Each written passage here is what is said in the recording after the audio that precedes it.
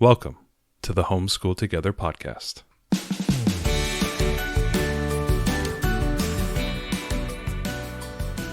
Where one working mom and a stay-at-home dad help you navigate the nuts and bolts of the growing and dynamic world of homeschooling.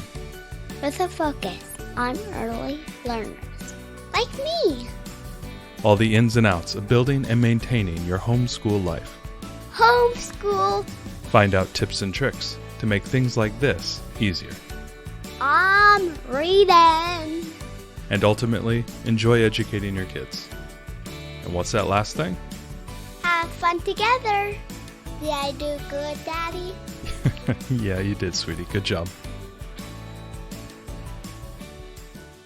Hello and welcome back to Homeschool Together. Thank you for joining us. Today we're going to be talking about ancient civilizations. So I want you to go down into the show notes, click on our YouTube and hit subscribe and follow us along on our journey as we continue to vlog through our ancient civilizations that we're doing with Build Your Library. Today we are going to be doing kind of a midpoint check-in. We are sitting at lesson number about 20-ish. We're kind of like just starting Rome. So if you guys are following us on YouTube already, you guys kind of know where we are at. But for the rest of you guys, if you happen to not be following us on YouTube and maybe not doing the Build Your Library Ancient Civilizations curriculum yet, we just wanted to kind of tell you where we're at and kind of what we've been doing so far and how that's going.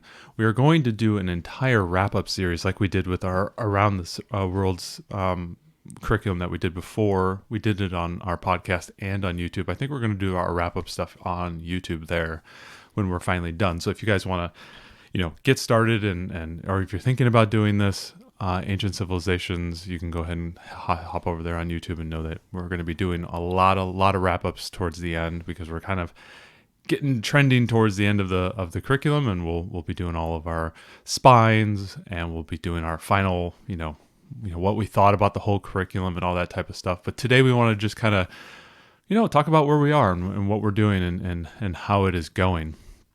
So just the basics. This is the Build Your Library. Is this level 1? Did she call it level 1? Yeah, this is level 1. We have so many curriculums, Ariel, that all do levels, and they either do letters or they do numbers, and I can't keep them all in my head. Yeah, so this is level 1, the ancient world, which is supposed to be, around first grade-ish. So this says ages 6 to 8 on it from Build Your Library. If you haven't done Build Your Library yet, it is a online PDF curriculum that is literature based. It's kind of based loosely on Charlotte Mason, and so it includes a lot of great what they call living books, which are more than just kind of a book written by someone kind of loosely about the topic. I think one of our friends is reading Ranger in Time Goes to like Rome or whatever. It's about this dog that time travels. That's not the kind of books that you get here. You get books here that are very, very thoughtful and told from like the perspective of someone who was living at that time. And so I think it's really great. It's 36 weeks. So and we're doing it with our 8-year-old. She's, I guess almost 8.5. We started when she was 7. She was about 7.5. Yeah. So we've been doing this for a while, and our 4-year-old who's almost 5 is coming along with us. So in every week, you do a little bit of a background of prehistory, and if you followed along with us, we did a combo of Blossom and Root and Build Your Library prehistory before this. So we were all kind of set up with how the universe was formed and life evolving and all of these things until really we got to early humans. Yeah, early humans and what that was like. And then it was great to kind of segue right into ancient civ, because the first couple of weeks of this are a little bit of a rehash of prehistoric man. And then, so you're able to kind of jump in. This has got all your big players. This has your Egypt and your Greece and Rome and ancient China. It's also got a lot of stuff about Mesoamerica and, of course, the plethora of peoples who were in the Mesopotamian area through various points in time. Yeah, the whole Fertile Crescent is a big touch. Right. I mean, there was a lot of stuff going on there. There's some, like we said, there's some South American and Mesoamerican stuff, lots of Mesopotamia, and then the kind of the big cultures. There's only a really brief touch into Kushites, really brief hit on kind of the India, and then like 2 weeks. It was 2 weeks or 3 weeks on India. 2 or 3 weeks on So India. there's that. So those are kind of It's going to be about 3 weeks in China as well. So the bulk of the curriculum is Paleolithic, Neolithic man arising in kind of that Egypt, Turkey, Iraq, Iran area, that Fertile Crescent area, and then just the various incarnations of different civilizations that took over those areas over the span of like 4 or 5,000 years. Right. And so that's kind of your focus. You don't really go very far. You don't hit any like Polynesian stuff or Australian cultures or, even North American cultures. I think the stuff here that they focused on was really in the Peru area, the Incan, not Incan civilizations, but kind of the Nazca people who are very early in the Peru area. And then there was Mayans. There was a little bit of the Mayans in Mexico, but that's about it. So that's all you get on the North and South America. So it's really focused there kind of on that Central Asia landmass. Yeah, and North Africa. Yep. So that's kind of, basically, so if there's other areas, you have family heritage or you're really interested in, going back, I don't think there's any talk of like ancient Japan. It really just focuses on ancient China. I can understand why, right? We have to limit it, right? This is a huge topic, and so I know that the creator Emily Cook had to limit it a bit. And what she did was she really followed along with the main spine history quest Early Times, which is from Pandia Press. We'll put a link down in the show notes because you can't buy it on Amazon. You got to get it from them. So anyway, use the link down there. Yeah, it's a mandatory. It's mandatory book to purchase for the curriculum. It is right. The overarching, encompassing spine. The entire curriculum walks through chapter by chapter in order with the history quest book. There's no deviation. It's just one after another after another. Right. And so that's how, she's really organized it to dovetail right with that book. So you've got that kind of as your main history spine. There's a smattering of other books from some really great like map books like When on Earth from DK, and there's A Child Through Time. So you can see what the lives of different children were like in different time periods. So there's a few other kind of spine books that there's are also the adjacent. The Usborne encyclopedia book. Of world history. I call it the purple book because it's purple. Yes, and which is a really fantastic resource. And so I think that's a great resource that I think serves you before this curriculum. If you want to do the same thing that we did, we do the prehistory combo. That helps serve us very well.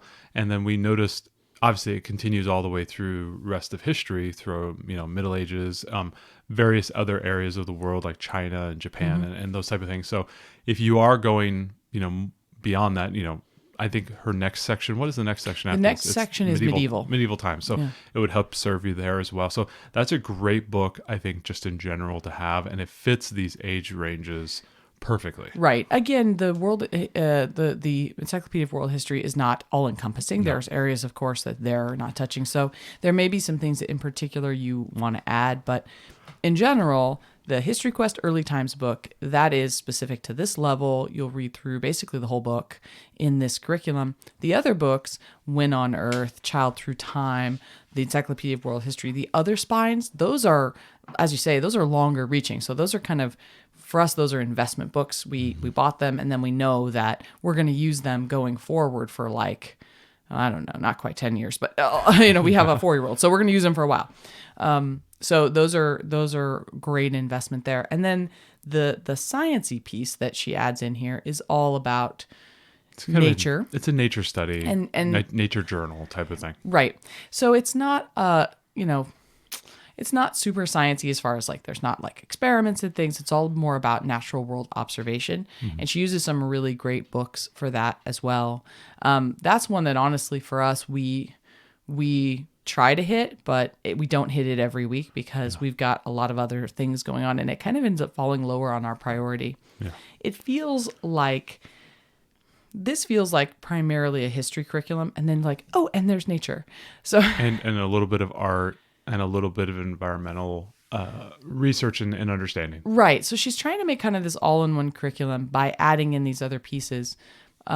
My feelings so far, and I won't speak for you, but my feelings so far is that those are kind of add-ons that I could honestly do without. Yeah. I think we could get, we are not, there's these couple of books, there's like artists you should know and art techniques you should know. They're okay.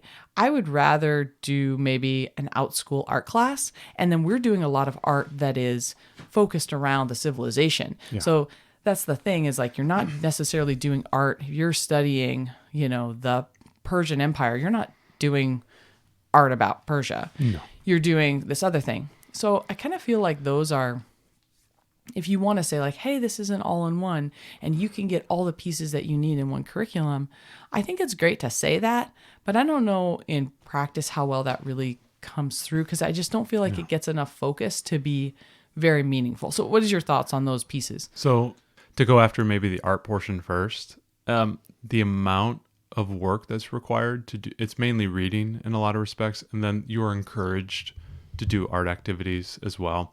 Within the curriculum, she gives you ideas on things and projects you can do that obviously are arts and craftsy in a lot of ways. It's not necessarily tied into that book you're reading. Yeah, or that civilization. And so you're right. In that respect, you kind of wanted to say, well, here, let's try to do like for a working example. You're doing Rome, and we're in the middle. We're just starting Rome, so we don't know if that's the case right now. But okay, mosaics are really, really popular, right? Maybe for the week you would want to focus on, doing mosaic art or dot art or something of that nature as a way to explore the art of the culture that you're studying. She does give you some suggestions in there, and you are encouraged to go and try to find, things that align with those cultures. The study of the art is really something that's not directly related to whatever civilization you're talking about at that moment. And it's more meant for a general appreciation of art that is something that the learner may recognize, like what type of artists you're talking about and that type of thing.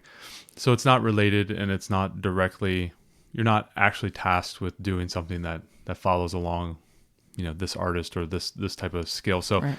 I think it's not 100% related. And I get it. That's a huge challenge. Like, how are you going to do, Neolithic people art, right? Are you going to do you could do finger painting on the walls. I think there's a lot of art. And I think, we definitely need to mention here that after this curriculum was released, after we started using it, Emily actually made a connection and collaboration with Soul Sparklet's Glitter Bombs, which is a separate art membership that you need to get. And they provide a whole lot of art activities, and they have things that kind of dovetail with it. So if you want to do art that's not like look it up on Pinterest and find some ways to do art, you can decide to do that membership. For us, it was a little bit pricey, and so we haven't tried it yet. It's something that I'd like to maybe investigate in the future when our younger daughter's a little bit older. But that's a piece of it too. One thing that we did is we added in a really great book by DK called Art That Changed History.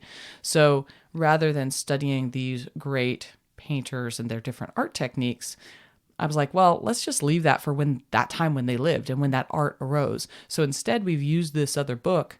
And when it came to cave art, we looked at what kind of art was happening at that time. And you said there was that kind of mosaic art at one point became a big thing during Alexander's time, right? So we went ahead and kind of did art projects and things that mimicked the type of art at that time, which I thought was more valuable than learning about art techniques that happen later in the 1600s or whatever. It's not as much as the art technique, but doing art that identifies with the historical time. So that's maybe if you talk about art in that respect, that's probably a better way. And I have found, as we're doing the week and I want to do an activity with them, because there is a lot of reading, I do like to do activities while they're reading, when I'm doing the reading. They enjoy that. They can listen while they're doing whatever they're doing. And that helps to fill the time, and we can hit, two birds with one stone. It's kind of what I do with when she is doing her timeline work. So I'm reading to her while she's coloring coloring a character or cutting something out. So there's that element there. But with respect to like maybe even the science curriculum, as you kind of pointed out, you're right. It doesn't tie in, but I don't even know how you could tie in a science curriculum to the history that you're doing. So that I'm not going to be critical in that respect. Oh no, I'm not. I'm not saying that the science should tie in with the history. Yeah. I guess I'm just saying that I feel a little bit like I just feel a little bit like the science is more of an afterthought. I don't feel like we've done Blossom and Root Science where I felt like it was really the science was its own. It could have stood alone, right? Whereas I don't think this science could stand by itself. That being said, it's first grade. So I'll give you the reason why I think we kind of feel meh about the science is that this is probably our third or fourth go around with a nature-based walkabout, explore the nature around your house. Do things outside type of science curriculum. And I think we're just looking for something more or different. And I think I'm just getting tired of saying, well, let's go walk outside and look at leaves. Well, that's true. I mean, we did do a nature study when we did level K. We did the Blossom and Root nature study, which was very good. I've been doing nature studies for the last 3 years. So I'm kind of I'm ready to just talk about something else. Well, and our kids are really interested in experiments. Yeah.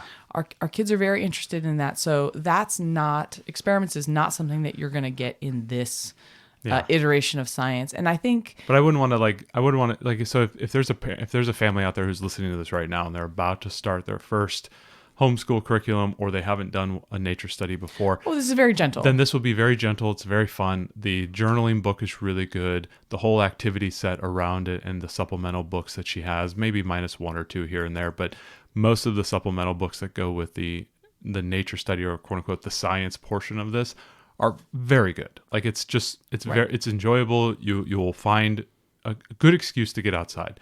I'm being critical because it's like I've done so many nature studies now. Well, I'm just like So I think the other part is so if this was Blossom and Root, which, I mean it's not, but just knowing that we've done levels of Blossom and Root, she would have a nature study and then a science, and they would not be the same thing because nature study it's just a little bit, I mean, yes, of course there's science involved in everything, but I just think that if your learners really love science, this is not going to give you enough for this. This is great, as you said, for let's get out and let's study leaves and trees and learn about seasons. And I think that's awesome for first grade. Mm-hmm.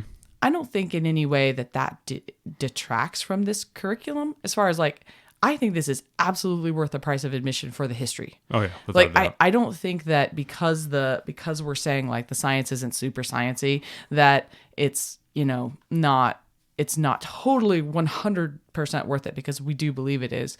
I just want to kind of caveat for those families that experiment-based science and things, and their kids really like to get hands-on with stuff. This is really just going to be all about nature. And there's some really good books. I mean, great books that are chosen for that. But know that this is a nature study. I don't know that for our family, it always ticks our it scratches our science itch necessarily. Mm-hmm. Well, and I think also we have to understand that, Build Your Library, what is its bread and butter? It's books, right? It's literally in the title. And maybe to find an analogy is I'm not going to be so critical of the butcher and their quality of their vegan burger that they sell. Right.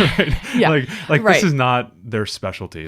But I wouldn't want a family who was they really want to do all kinds of experiment-based stuff to think that this is going to satisfy their science for their family. Yeah. And just know it going in is my only kind of thing. And I don't know how it goes, into the future with, when she gets to medieval times, what is the new science thing and whatnot. So feel free, as always. And I think the one thing that I always like to say with any of these type of curriculums, if something isn't working for your family, it doesn't mean you toss out the whole curriculum. So say, absolutely not. If you're more artistically inclined family, or you have an art degree, or you're an artist, and you want to just jettison the entire art section and you want to do your own thing, right?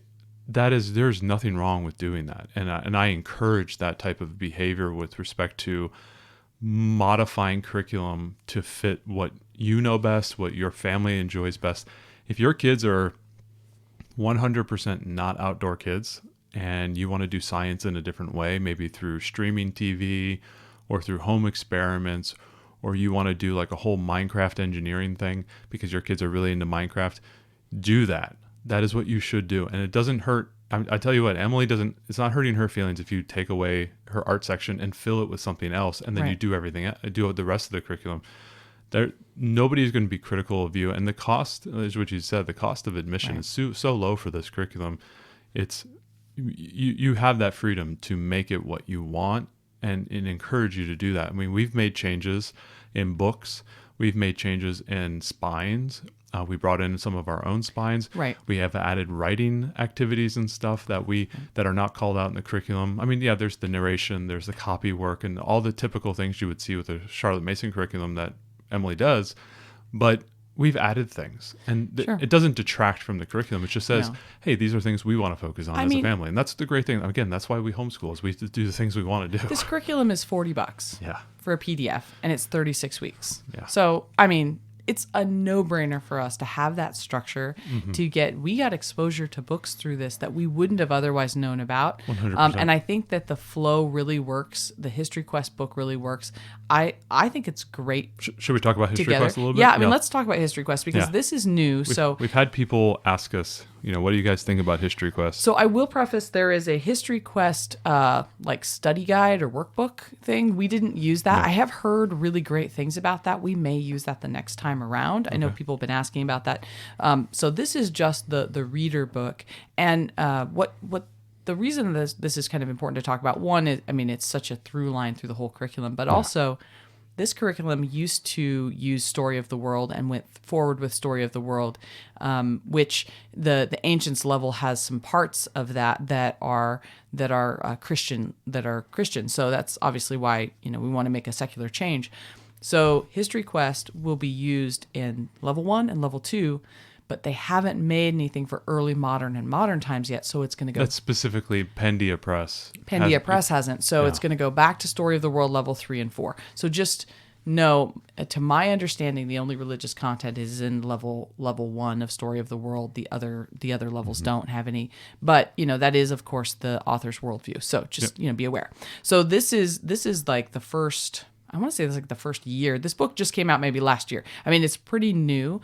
And so not everyone has experience with this. And if you have an older version of the curriculum that has Story of the World, just go ahead and email Emily and she'll send you an updated link, which, not for nothing, something I super appreciate about this author is that when she makes an update, she's willing to give that to folks who already purchased it without charge. I know that's something that the Torchlight creator doesn't do. So know that when you make an investment in Build Your Library, if you're going to use it for multiple children, when there is an update, you're gonna get that. So that being said, History Quest is the main book. And can you talk a little bit about the structure of it?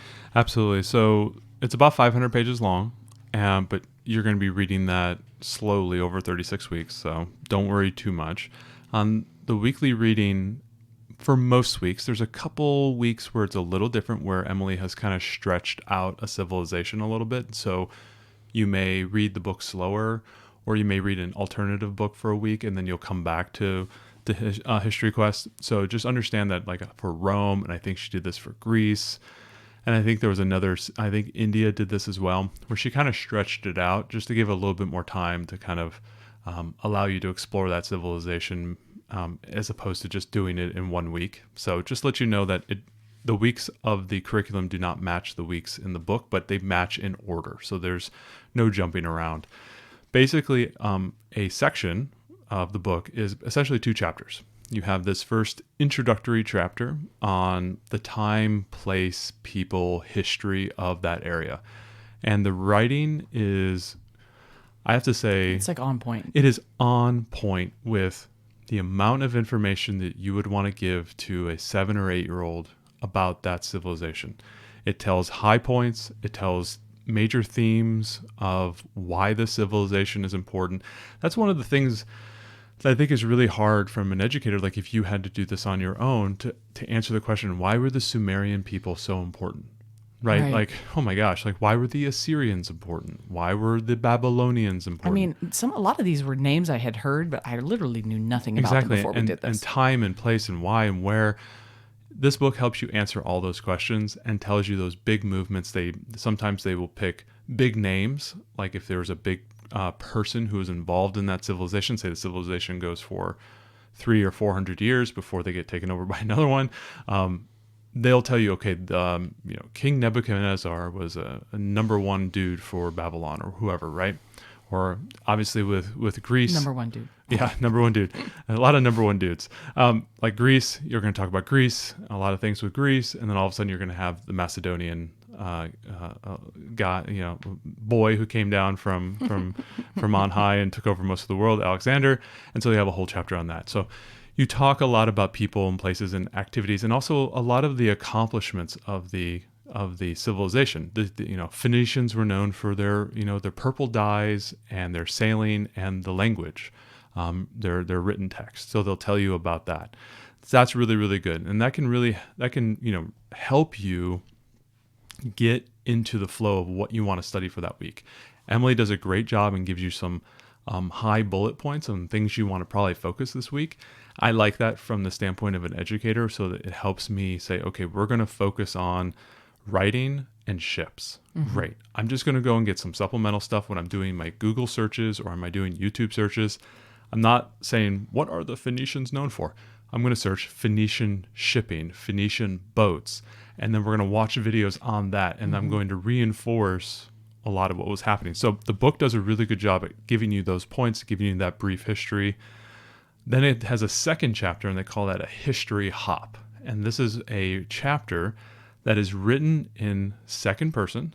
So it is, you are coming here, you are doing this, you have flown down from the sky, you are now in this dream world in Mesoamerica, and you're within the god. It was some like fantasy story or something like that. You're in one of their fairy tales or their mythology stories, or you're on the battlefield overlooking Alexander's battle at Gaugamela, or you're riding with Hannibal through the Alps on the back of an elephant. That type of stuff is what you do on the history hops, and they tend to dive deep onto a character. Typically, and they have men and women all the way through, and they will have you highlight with that character, and that character will then be essentially explaining to you that time period, something important is happening, why it is important, and you get a little bit more of a deeper dive, almost sort of like a fictional telling of something in that time period. Mm-hmm. And my daughter really likes the history hops. I'm not a big second person reading fan. That's sort of like, you get that a lot in the choose your adventure books, because they're telling like, you have come here. Right. I don't care for that either. You have to make this decision and that type of thing. It's been really good. I've really enjoyed it. The reading is on point with the respect to how much time you have to spend reading this book. Typically, Emily breaks it up into 2 readings, say like a Monday and a Wednesday, and that gets you through the main chapter, the first chapter that tells you the history. And then typically on like a Friday or a third day in the week, you do the history hop. And the readings are comparable. The main chapter on the civilization that's telling you about the history, it could take you 2 sittings, 15 minutes apiece.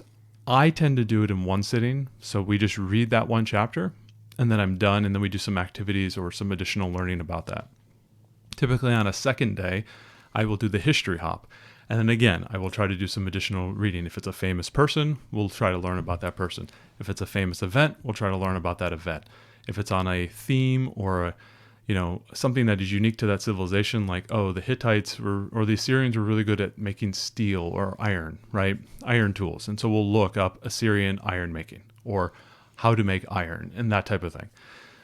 That is what we end up doing. So it's typically, for me, I break it up into 2 days of reading. So we read that first chapter, and then we read the second. And like I said, there are some weeks she drags that out. So the first chapter might be dragged out across 1 week, and then the history hop will be the second week.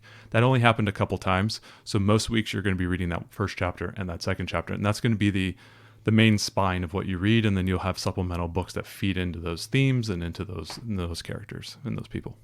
I think it's important to note here, you're talking about adding media, which is not something that is really found in this curriculum. So if your family, wants to watch movies about these time periods, or you love documentaries or, YouTube videos and things, none of that stuff is going to be linked here. So you're going to be on your own to find that. That's if you decide to do this, that's where our vlog is really helpful on YouTube, because we list all the videos and movies and things that we watch. But that's something that's not, inherently part of this.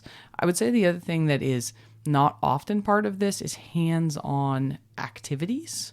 It's a lot of reading of, we talked a little bit about the art, but there's not a lot of like hands-on crafting, or there's no food. She gives you ideas, and in some weeks there are activities that she gives you and some are not. So it's kind of a mixed bag on, week to week. I have found myself over time moving more and more towards the Google method of crafting, which is Sumerian art projects images.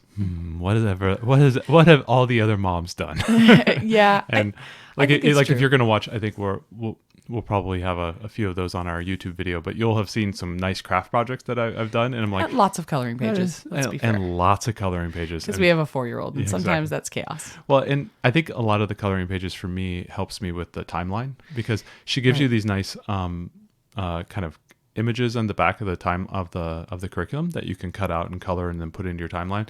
I sometimes just want to like, hey, add some few more things, right? Here's a picture of an elephant. We're doing Hannibal, or here's some other stuff and whatnot, and put it in your timeline. And so I find I have to print off a lot of stuff, but also I just like having them. If I'm reading about a famous person, let me print off a picture of that famous person and have you draw that famous person, or not draw them, but like color them in while I'm reading about the famous person. I find that helps to, I don't know, reiterate what we're learning. No, I think there's good reinforcement there. And the other thing I think we should touch on is this whole idea of the timeline. Oh, yeah. So it's a project that goes throughout the whole level. And there are little cutout characters in the back of the book that your learner can color and stick them on the timeline. They're characters and places, and it's not just people. There's other things like that maybe are famous, a famous building or a famous pyramid or something of that nature.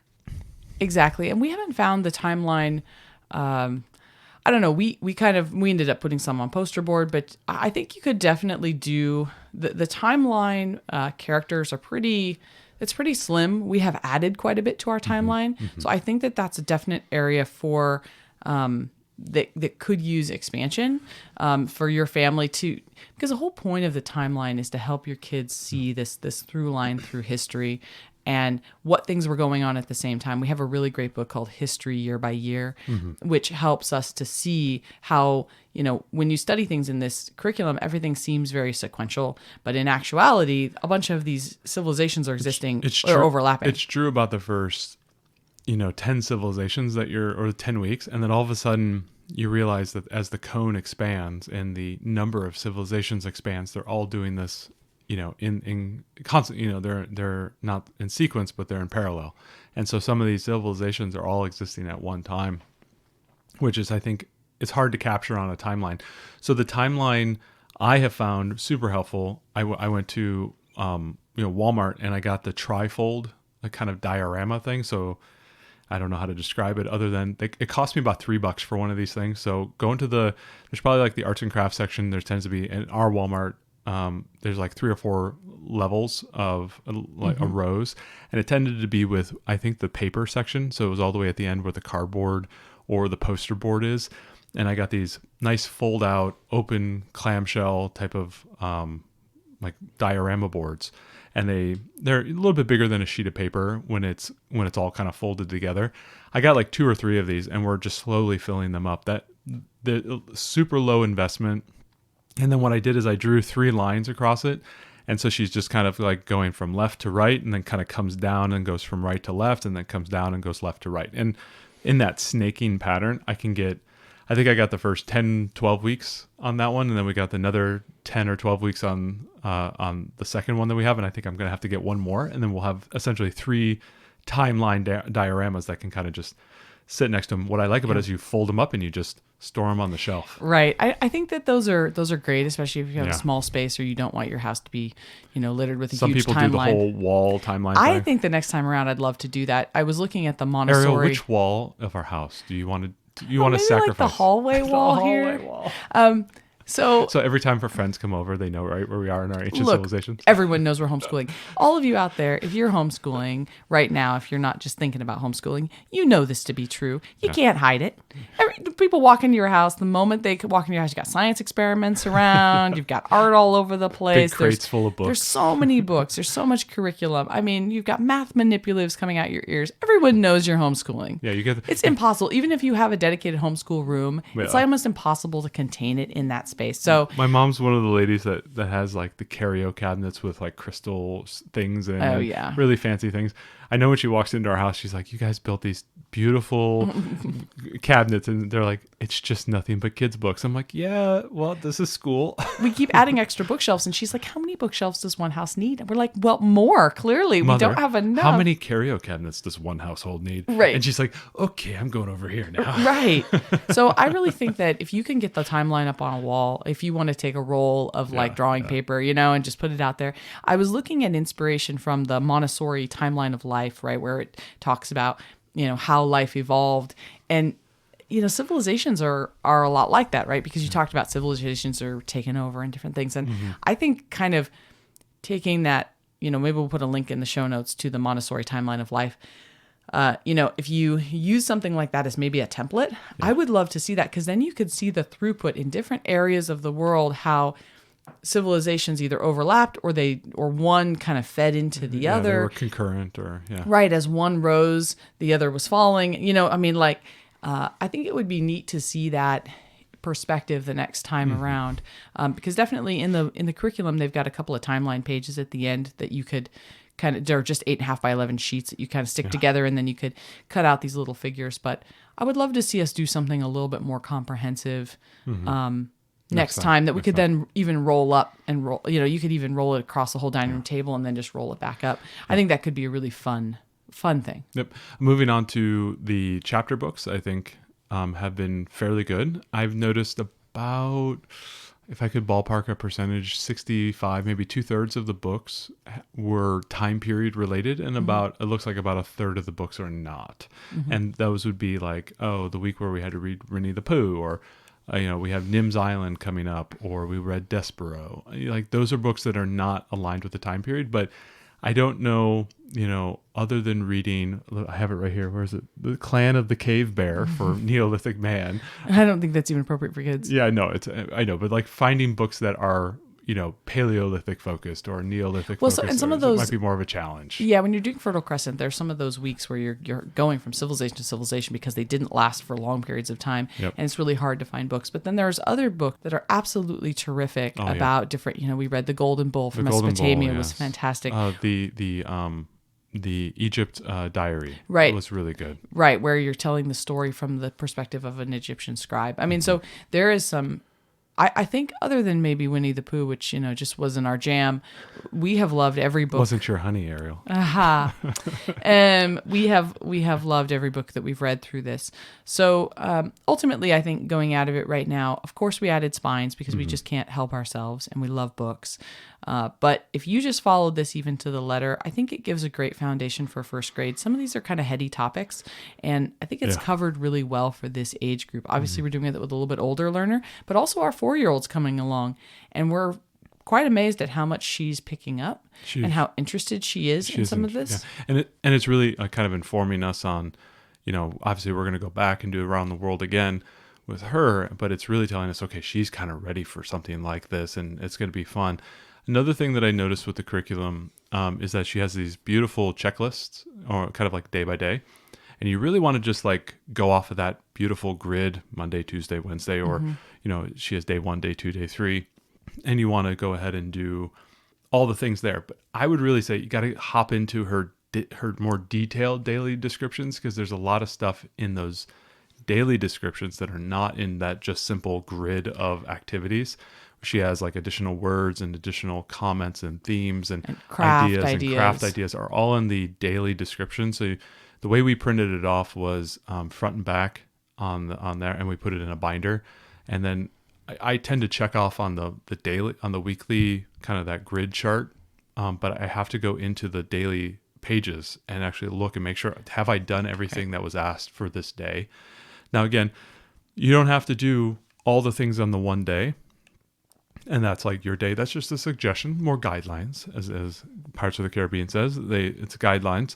I tended to have like days where I would do a lot of one type of content. So I would do day 1, 3, 4, and 5 of the reading, and then I'll do the next day, the poetry, the supplemental books, the art project, and maybe some of these other things. So I'm essentially like, here's all the things you have to do this week or in this week's lesson.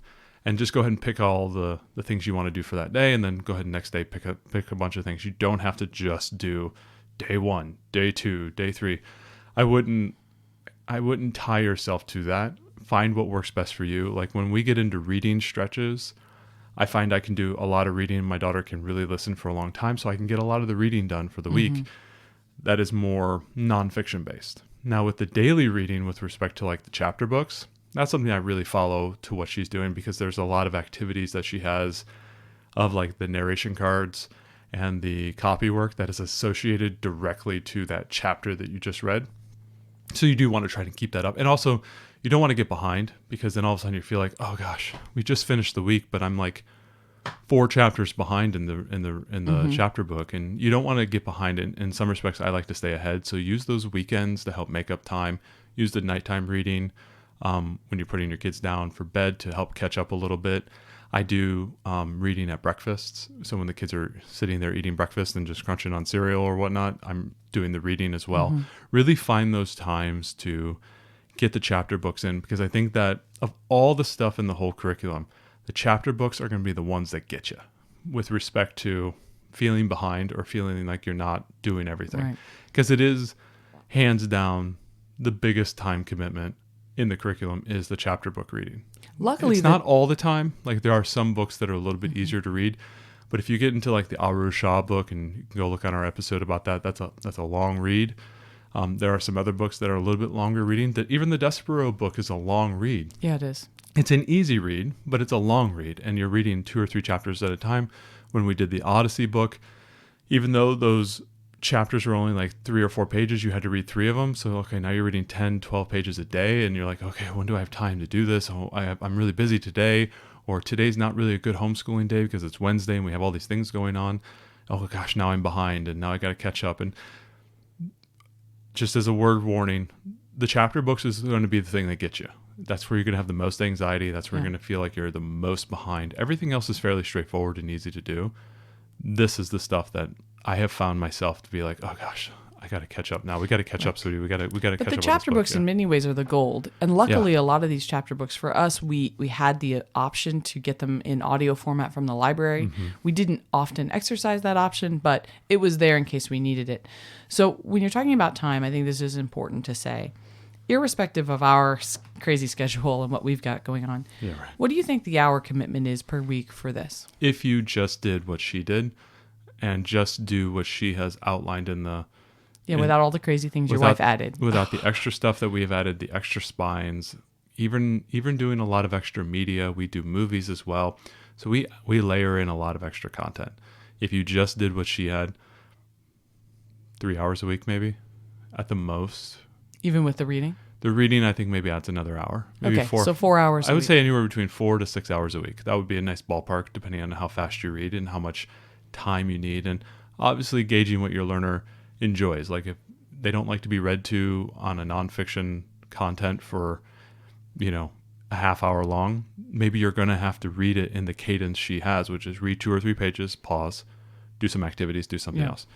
My daughter can handle being read to. Yeah, both our daughters really like it. They really like it. So that's maybe where you might have to have some wrinkles on how you handle it. But I'm nothing more than 5 or 6 hours a week at the most, if you just did what she has in the book. Right. And I think that's good. And with our content, I'm sure we're adding another couple hours.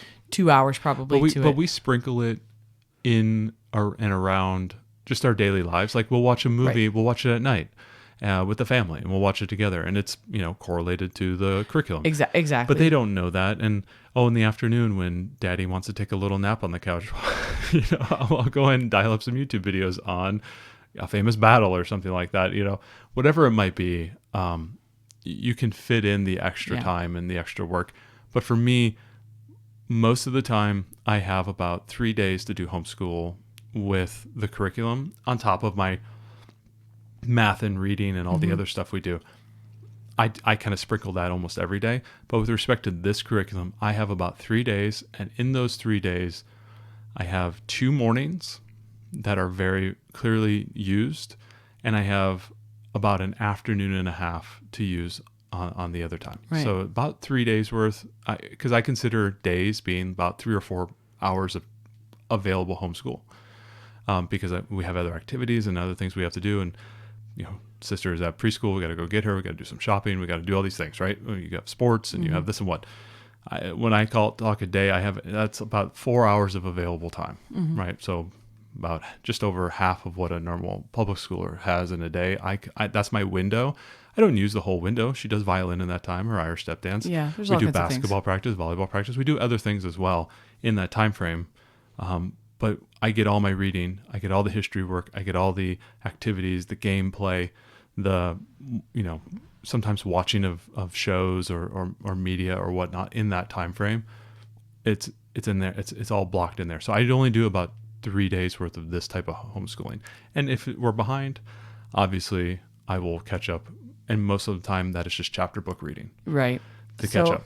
I think that overall, just giving you a little perspective of our schedule. Yeah. You do have to fit it in with what your life needs. Right. Right. Yeah. I think that overall, I think the message is that so far with what we've done, it really seems to be I think it seems to be a good level of workload for first grade.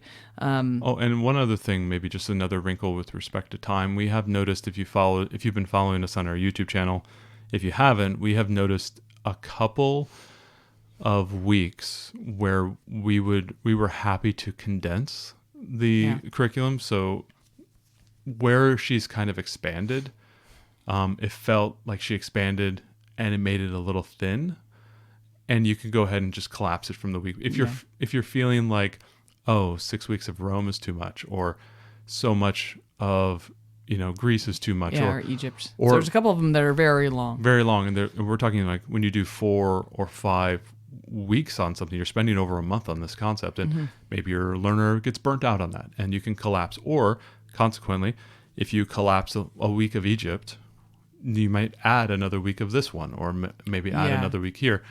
It's all up to you. But we have found, so out of the 36 weeks, I'm guessing about 3 of those weeks can be collapsed down. So you're really looking at, if you're trying this is based on what we've already done and looking forward into the history quest work coming up. Rome is 6 weeks, and I'm having a feeling we're not going to. Some of these are a little long in the tooth, but then like our daughters really loved Greece and they wanted to stay in Greece. So I think it'll all even out into this 36 weeks. But overall, so far we're happy with it. Like we said, check out our YouTube if you want to look at the extra spines and things that we added and the extra media that we did. But I think as a history primer into ancient civs for early elementary, solid. This is more than that I remember getting when I was in school. Again, the little wrinkle that I've always enjoyed about doing these homeschool curriculums is I learn a lot myself. Yeah, we've learned a ton so far. There's a lot of enjoyment. I take a lot of enjoyment learning about these ancient civilizations. Hit on a bunch of ones that I've heard about but didn't know a lot of details about. You've brought in a lot of adult books as well to help you follow along. That's I try as much as I can. But and it really feels like a curriculum. If you're sitting out there and you have like a 7 or 8 year old and you also have a 10-year-old, it does not feel like you can't just add a couple books and do it with the have your older learner read some books. Because as you said, we're learning a ton. I think that this is definitely, you can definitely scale this up. This is well suited for a family study. With 100%. With some options. And when we come back to this, our older daughter will be 10, and so we're going to have to do that again. And add some things. But so far we've been happy with the choice. So if this is something you've been on the fence about, check out our videos. But otherwise, I don't think you can really go wrong with this if your family's interested in history and you want to dive into that. It's been a good study so far that we've enjoyed. Yeah, and we'll do a full wrap-up when we're all done. We have another probably 16 weeks to go, about just over halfway right now, and we'll do some deeper wrap-ups, and those will be on YouTube as well. So we'll let you guys know when we finish that, but we'll probably do the wrap-up videos there because there's a lot of show and tell with respect to the books and talking about the curriculum and showing how we do everything. So we'll do that on YouTube. We'll let you guys know here on the podcast when that's available, but we just want to let you know kind of where we're at right now with this, and it's been good. It's been exciting, and we're looking forward to more. Thanks so much for joining us today and making us a part of your homeschool journey. Please engage with us on social media. Join our Homeschool Together podcast group on Facebook and find us at Homeschool Together Podcast on Instagram. We'd love to hear your feedback, questions, and recommendations. Until next time, happy homeschooling!